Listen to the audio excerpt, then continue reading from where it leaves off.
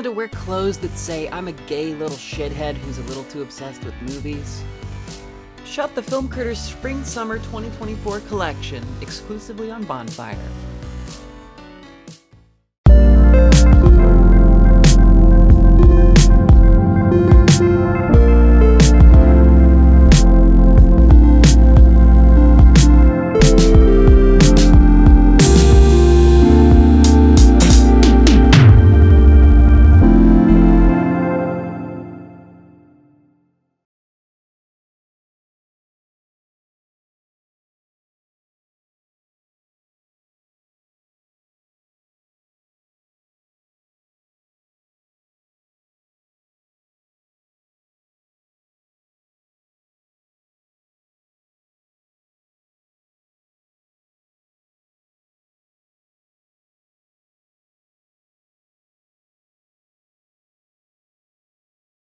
Hello. Hello. Welcome in today.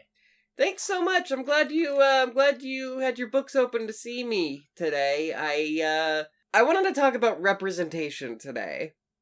Oh yeah, you've been struggling kind of like with the idea of like what is representation, or like what should representation look like? What is like both, how do you balance the responsibility of it versus getting a little silly with it?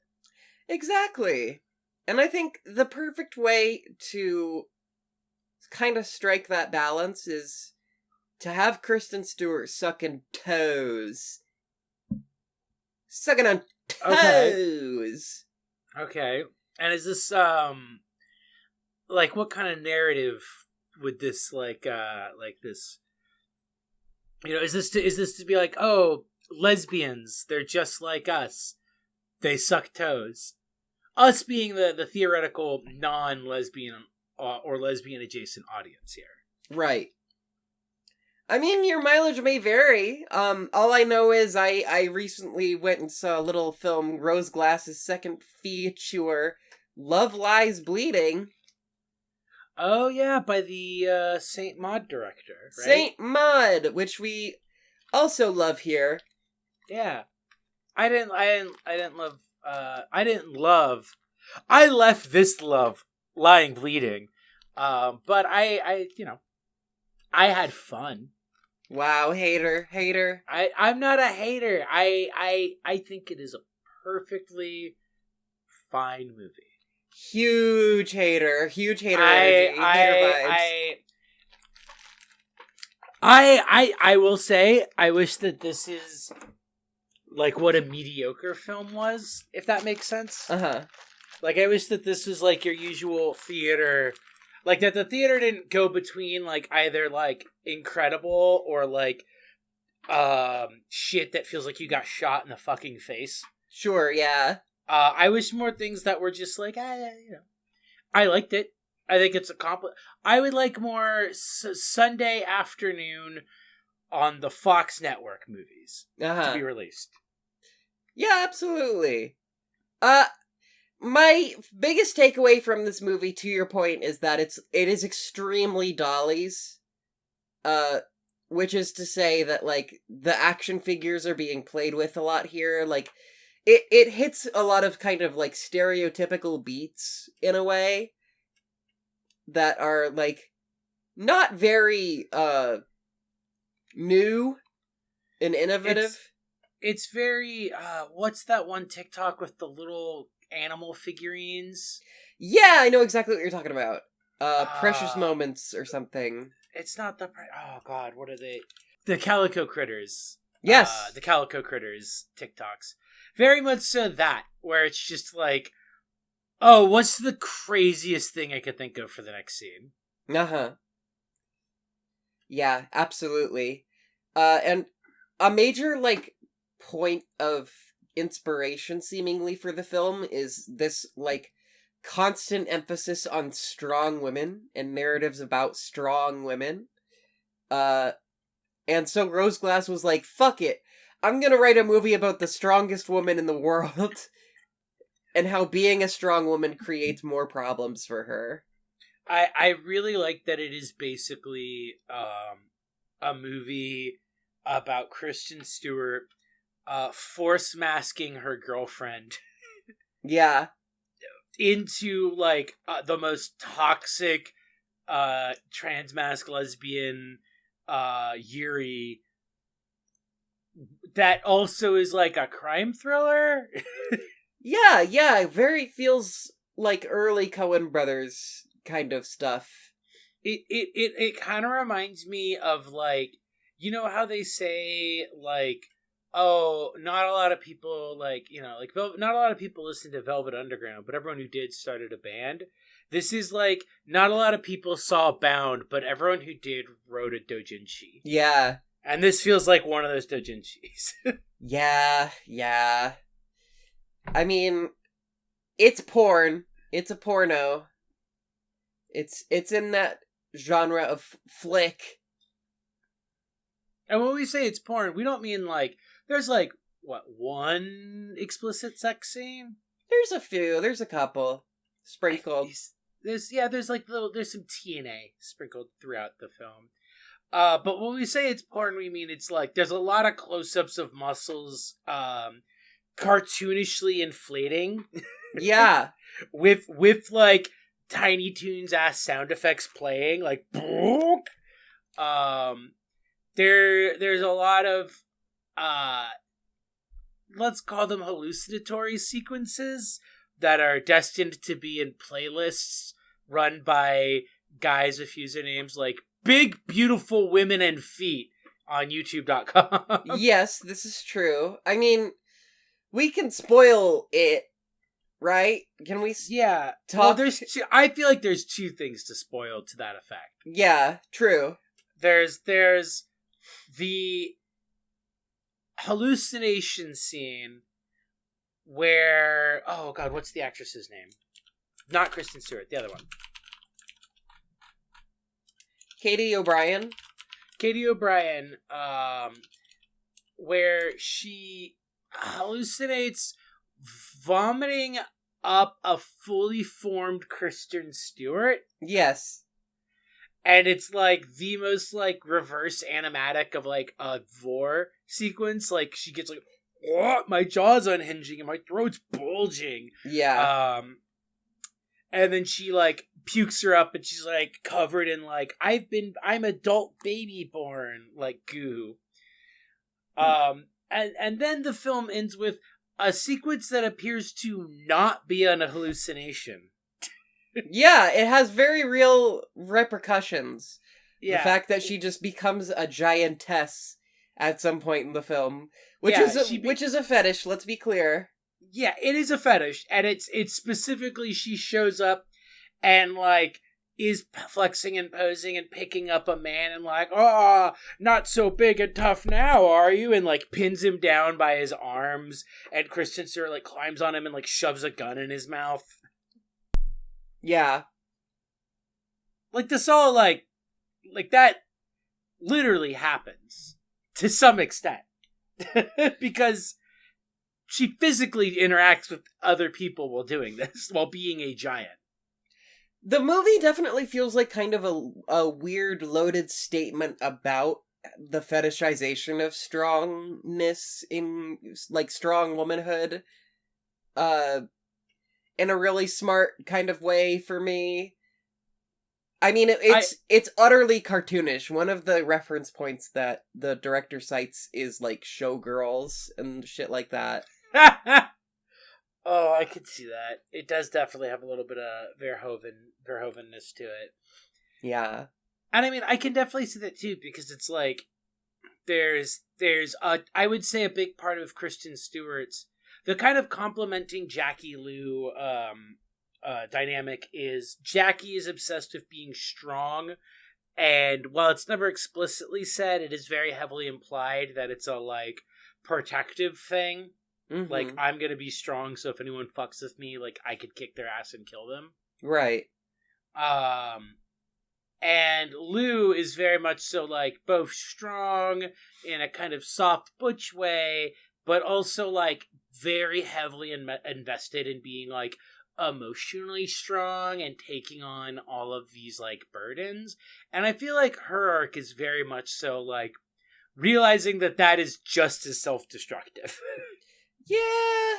That like and that like, you know, I read the film as the titular Love Lies Bleeding is about what like toxic relationships feel like, and also why they're so addictive even while they're so like horrifying. Right. And I see that a lot reflected in Beth, Lou's sister. Specifically like the moment when like Lou is trying to be like, hey, yeah, we killed him. He was gonna kill you. And Beth is just like, you don't understand love. Right. And I like it because it's not that Lou doesn't understand love. It's that Lou at that moment realized that like Beth and her in the same position of, oh, you both love someone who's like absolutely awful for you. Yeah. And it's like Lou just realizing like, well, you're dumb and so am I. Like both of us just like are gonna accept this shit that keeps happening to us again and again. And it's literalized by Lou, like, assaulting Beth, which is like, I mean, fucking JJ assaulting Beth was the whole entire inciting incident on him being murdered in the first place. So now it's just right? like, oh my god, what are we fucking doing here? It's so insane. It's so... I love it. It's very flavorful because I don't feel like the film is like putting on our discourse voice or whatever. I don't think the film is, air quotes, romanticizing toxic relationships. Right. But I mean, I don't think her previous film is like romanticizing religious delusions. Yeah, exactly. I think it's just depicting them. Like, I think it's just like, this is what it feels like. Yeah. I'm gonna put you in the mode of feeling like what a character like this is going through. And I think this film is like, here is what being in like a relationship where the feelings of love are so intense that like even the like awful, painful parts feel like just a part of it. And it's so pulpy and like stylish too. Just something about the 80s environment and the like, you know, like Arnold Schwarzenegger, like sweaty muscles and yeah, the 80s environment, the Vegas, outside of Vegas, bodybuilder competitions, cheap gyms, steroids use. Like, I feel like everything it's drawing on is very like a specific type of pulp. Yeah. Even down to like Lou's business, which seems to vaguely be guns. Yeah, Lou Sr. He works at crime. Like, that seems to be his job. He does crime as a job. He's the crime guy. He runs like a gun range that's like a front for like, I don't know, like a gun running operation, I suppose. Yeah, like that's the only thing we see is like guns being run down to Mexico, but the implication seems to be he's also involved in a bunch of other stuff, maybe, but it's really just sort of vague, like he does crime. He's a criminal. And there's also some unreliable narrator stuff about like what happened to Lou's mom, Lou Sr.'s wife, because Lou kind of claims like, oh, you killed her, you had her killed. And then he's like, no, she just left. Yeah, she just left because she fucking hated my ass. Yeah. But then he says also she hated you, which like that I don't think is true in any regard. Right. But I mean maybe if she did, it was like an extension of like, oh, you're acting like your father. But I like that because at the same time we don't know if the only reason Lou assumes that Lou Sr. killed her mom is because of what the FBI tells her, and the FBI is very blatantly trying to flip her. Yeah. So we also don't know if what the FBI is telling her is even true. Like, we don't know, like, maybe they found her. Maybe she's fine. Right. Maybe they're just like, oh, this is the motivation we need to get Lou to, like, flip, is to convince her that, like, oh, your dad killed your mom and covered it up. Yeah. Damn. What did you think of Daisy, the like canker sister of the film? Oh God, what a like mean joke character. I loved it. I Yeah. loved just like, here's a character who is obsessed with Lou, wants to fuck Lou so bad, is so jealous, and for some reason thinks that like blackmailing Lou into having sex and dating her is like not gonna go horribly wrong. She becomes like collateral. She's such a dark horse great character. Yeah. Like I think she's a great character because she fucking sucks, and she's trying to be like as conniving as everyone else in the film, but she is just like kind of an idiot. She's kind of in over her head. Yeah. It's a really good all the characters suck movie. Yeah. Yeah, I guess because like the film really does kind of set it up where it's like maybe you feel bad for her because Lou's like, you know, not stringing her along, but like, oh, she's like obsessed with Lou and like is jealous and yada yada. And then it's just like, oh, but she like blackmailed Lou into like having sex with her. And you're just like, oh no, she like also fucking sucks. Like, yeah. she like not only does that, but she tries to get Lou to go along with like, oh, let's just set your friend up to take the fall. Right? Like, oh like, my let's God. just set up this person whom I think you were dating. You'll be okay with this, right? This is cool with you? God, what a great that she feels like the most Coen Brothers character. Like that specific mixture of like stupid and selfish that they love to put in their films. Yeah, absolutely. And then it all just kind of comes to a head in a random scene where the character just gets their head blown off. Also a very Coen Brothers touch. Yeah. It was so, I mean, the joke that her body is like, the joke that she's like still alive after that is fucking psychotic. What a psychotic movie. Oh, just, and that being like the conclusion of Lou's like, well, I guess this is my role in the relationship. Yeah, the covering up my girlfriend's murders. Murder cover-ups, all sorts of shit. How many bodies wrapped in how many carpets is it gonna take? God, she's got to be running out of carpets. I think another thing that I like about something that I looked into while I was watching the film, because I was like, so Jackie starts taking too much tea and starts hallucinating. Yeah. And I was like, that's not real. And I looked it up, and that is real, but it's not like the stereotypes people make up about tea rage, like if you take testosterone it's gonna make you violent and crazy. It's more like, no, if you take like actually too much, it like literally will cause like a week-long psychotic episode. Huh. Or like not necessarily like fully that, but I did look into that, and like anabolic steroid induced psychosis is a thing, but it is very much so strictly tied to like dosage.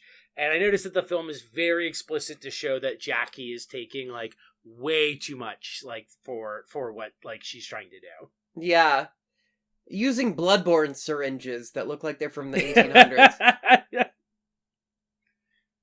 Those 80 syringes look crazy.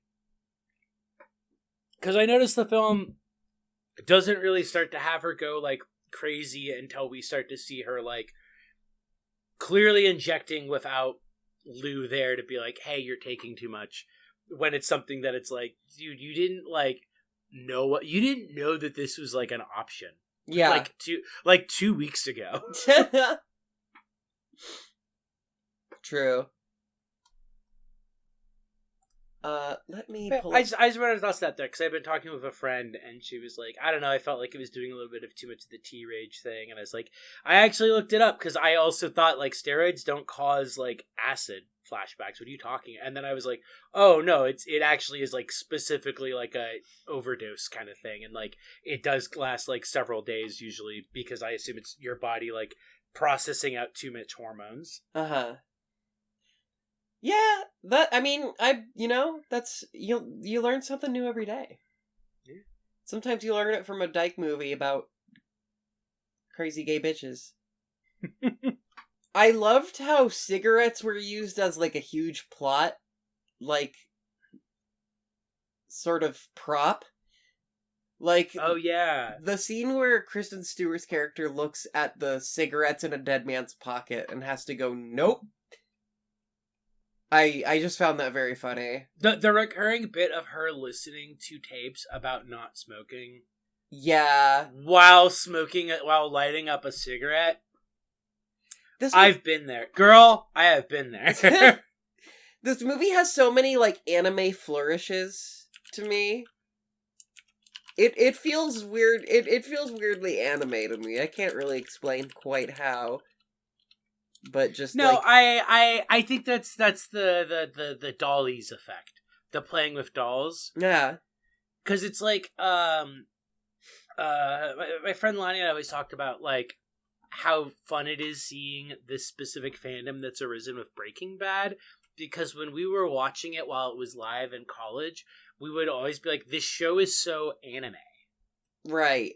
Like, I feel like there's a specific type of, like, you were treating these characters as, like, kind of really more, like, somewhere, like, a little bit past maybe trope or, like, caricature, but into a, like, you are putting them in Monster of the Weeks.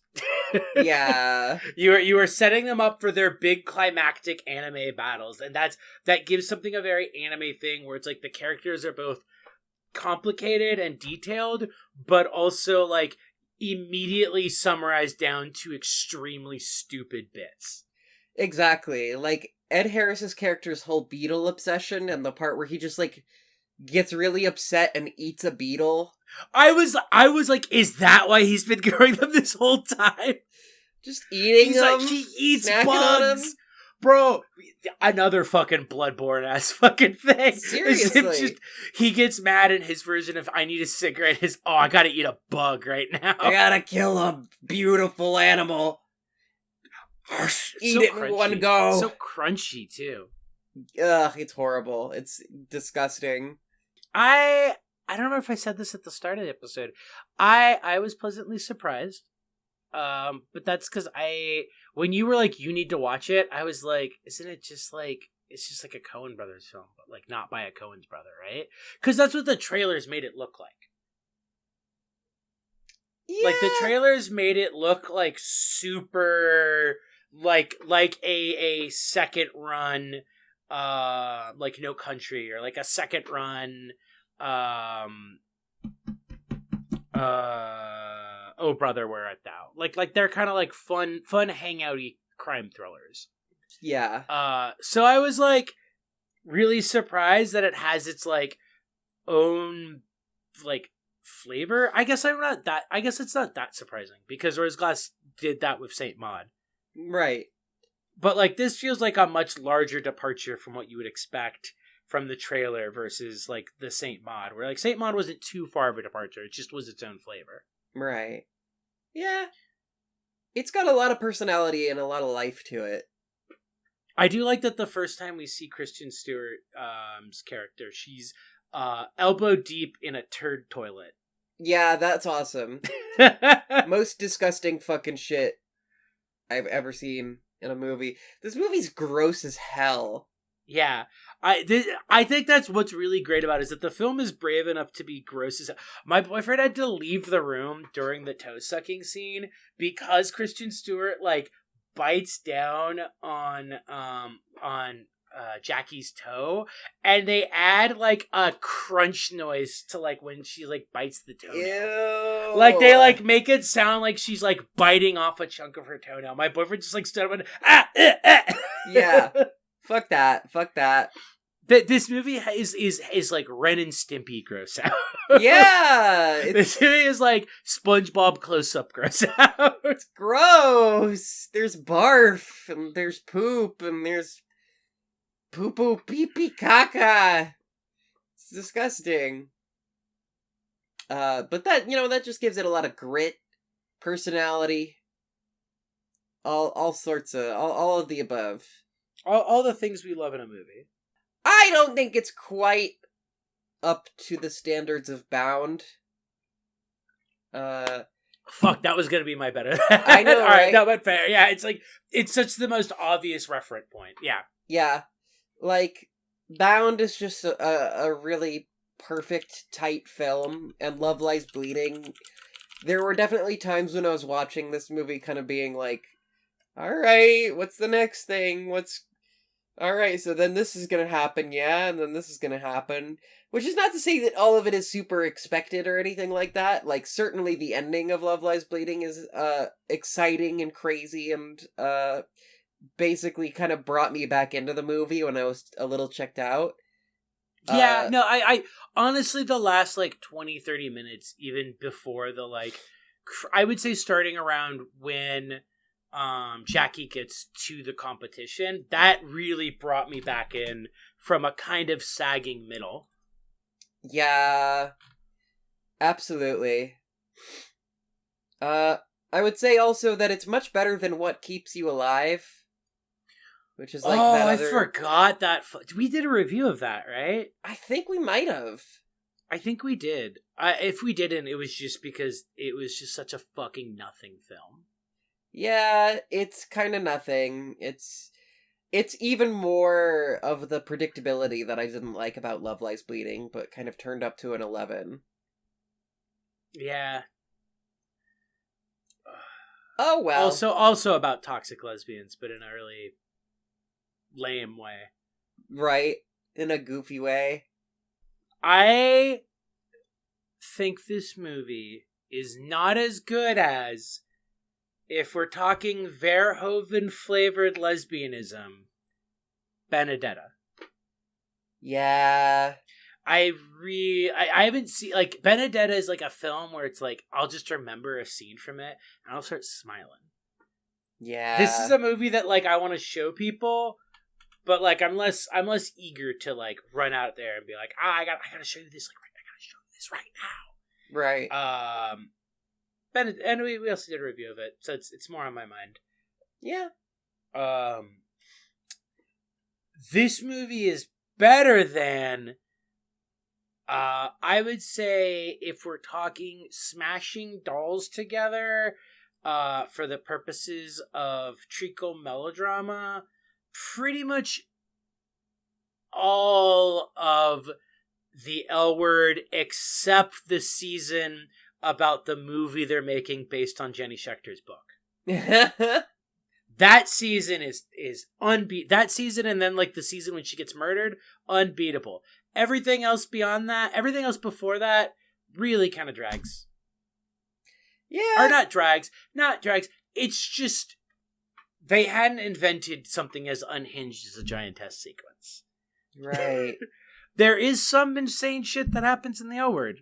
There's the ghost that's in one episode. There's the episode where the 2 episodes where the character is dating someone she thinks might be a vampire, and then when they hook up and they're doing BDSM, she looks over at her PhD where it's like Uta Safan or whatever, and then she looks in the mirror and she realizes her name is Nosferatu backwards. Damn, I gotta rewatch the L Word. The L Word is absolutely hilarious and worth watching, but this is better than it because it's also hilarious, but actually good in most parts. Damn. Whereas the L Word is bad in most parts. Yeah, true. It's bad in most parts, and that's why it's so much fun to watch. Yeah, what a great show. Well, great. I'm glad I got a chance to come in and chat about this whole situation. I'm glad we got to solve representation. Yeah, we solved it. It's done. It's, you know. It turns out that movies are just dolls on the screen, so the only thing we should be representing is drama. Drama. Is high drama. White lesbians shooting up with fucking steroids and going crazy, going on a rampage, going on a rager. That's the final boss of representation. God! I think it could have been a little bit more toxic. I think it could have romanticized toxic relationships a little more. Personally, That would have really given it more of an edge if, you know. if the character turned and looked at the camera and said, "Everything we're doing is good, and I agree with it." Yeah, that would have been really good. That would be perfect. Rose Glass, you should hire us strip consultants. Next time. Like, instead of the ending for Saint Maud, and it's a real downer, that, like, quick flash at the end. Instead, it should just be, like, her face suddenly goes really still, and she looks at the camera, and she goes, "I was correct the entire time." Oh, boy. All right, I'm willing. You know what? This is what's good. This is what we can use AI endings for. God, no! All right, now you're giving the people ideas. Stop it.